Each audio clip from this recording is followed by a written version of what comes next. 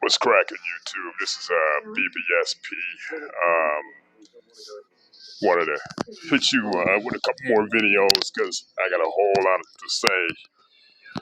Recent events going on in the world and the NBA, in particular basketball recently. More pronouncingly, the MVP debate or lack thereof MVP debate. To be honest, what I'm seeing right now is a whole lot of teams, because of the situation with the season, the whole COVID-19 pandemic, and you got some teams that didn't get the proper amount of off-season, didn't get a proper amount of rest, being as though they didn't get no training camp, no practice time, of what understanding. Excuse me, and they're not even practicing. Teams are not even practicing. So a whole lot of stuff going on as far as players playing over their heads for the MVP. You know what I mean? You got a whole lot of candidates out there. First and foremost, there's Joel Embiid. You know what I mean? You got a guy that's like averaging a little over 26 points a game, grabbing 8-9 rebounds, and averaging around 4 or 5 assists and about 4 or 5 blocks. He's been pretty solid, you know. He's been pretty solid as far as actually putting up numbers. He's been pretty dominant, you know, as far as has putting together games. Even though there's a knock on him, my only problem is he's missed a whole lot of games this season, man. And for as dominant as he's looked, he's already missed like 4 or 5 games, if I'm not mistaken, and that's kind of hurt his MVP case. But like I said, the season's so upside down right now and everything. You can't really gauge on who has a stronghold on this award. Then there's Damian Lillard. I'm a big fan of Damian Lillard's game. You know what I mean? He's been doing a carry job for the Portland Trailblazers for years now, and this year's no different, especially now with no CJ McCollum. You understand?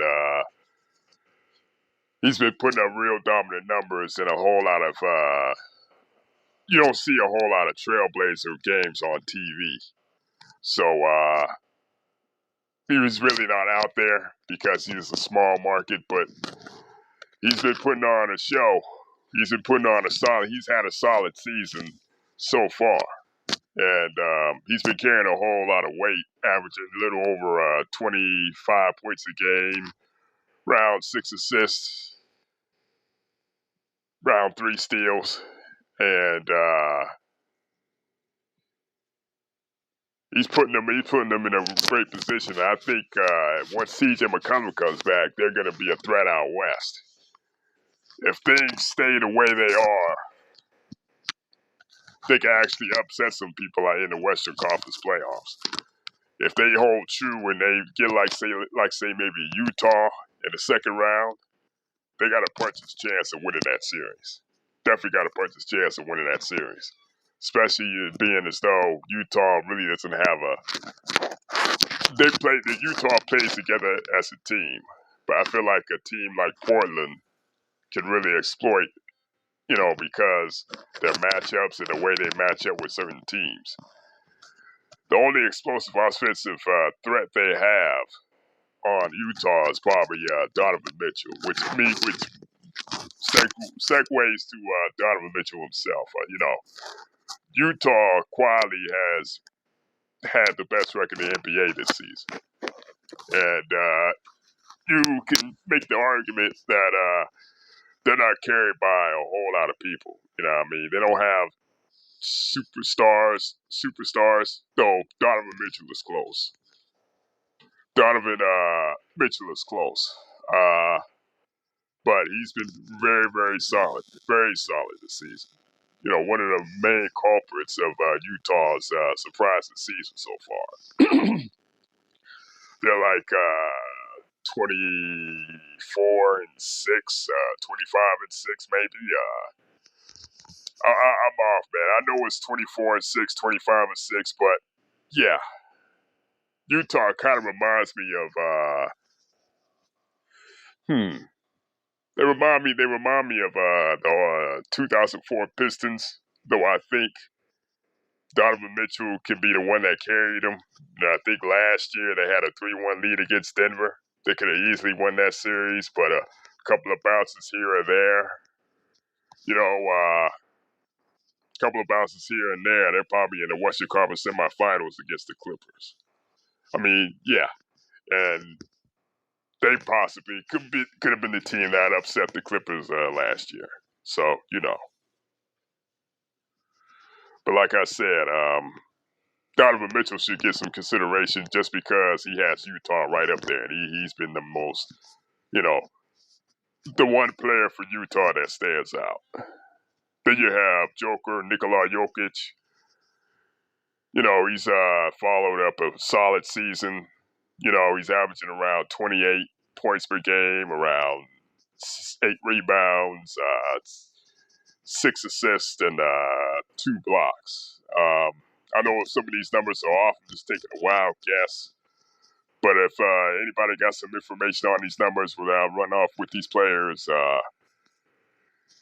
just let me know. But the thing with Jokic is his team is like the 7th seed in the Western Conference right now. And normally, if you're an MVP candidate, you're one of the top 3 records in the conference. And Russell Westbrook won the MVP in 2017. That was a rarity, an anomaly as sorts. Not since Oscar Robertson has one player average a triple-double over a season. And Russell Westbrook has done it like 2 seasons after that. So he was the exception from the norm that year, So, thing with Jokic is if the Nuggets keep hovering around 500 and they don't, they can't at least get to a top 4 seed in the Western Conference, I really don't see him getting the award, which leads me to LeBron James. He's been amazing this season, given that he's coming off a championship, given that his team, the Lakers, only had a 72-day layoff. I would have thought that he would have been scaling a whole lot of things back, but to be playing like this in his 18th season, putting up these kind of numbers and still being the best player on his team, the most important player on his team, it's a remarkable feat, But here's the thing with LeBron. He's going to have a decision to make. Now, this is for all the goddamn people out here that accuse me of being a goddamn bronze-sexual, dick rider, whatever, and all this bullshit. Like, what I mean? Where the hell does that come from? And all these people that say, "Oh, you like making excuses for LeBron. You're a dick rider. You a fanboy." Listen, I give credit where credit is due, and I give criticism where it's warranted. You understand? And for all you people that say I'm a dick rider and a fanboy and shit, you can go kick rocks. Now, here's the thing with LeBron. He's had his usual thing. He's had his usual season. I mean, arguably, he could have won MVP last year, but Giannis was Defensive Player of the Year candidate. And that hadn't been done since Hakeem Olajuwon in 1994, and the only other player who did that was Michael Jordan in 1988. But here's the thing with LeBron. He's got a decision to make, He's lost 2 in a row as far as trying to make an MVP conversation, trying to put himself in an MVP conversation. So he's gonna have a decision to make. Either go after the MVP and risk yourself possibly running out of gas by the time the playoffs come around, or preserve yourself more and do not coast in games. Don't half-ass in games. If you're gonna play, play. If you're gonna play, play the whole 60 minutes. I don't mean balls to the wall exactly. Play. If your heart's in playing, play it. If not, you need to sit out.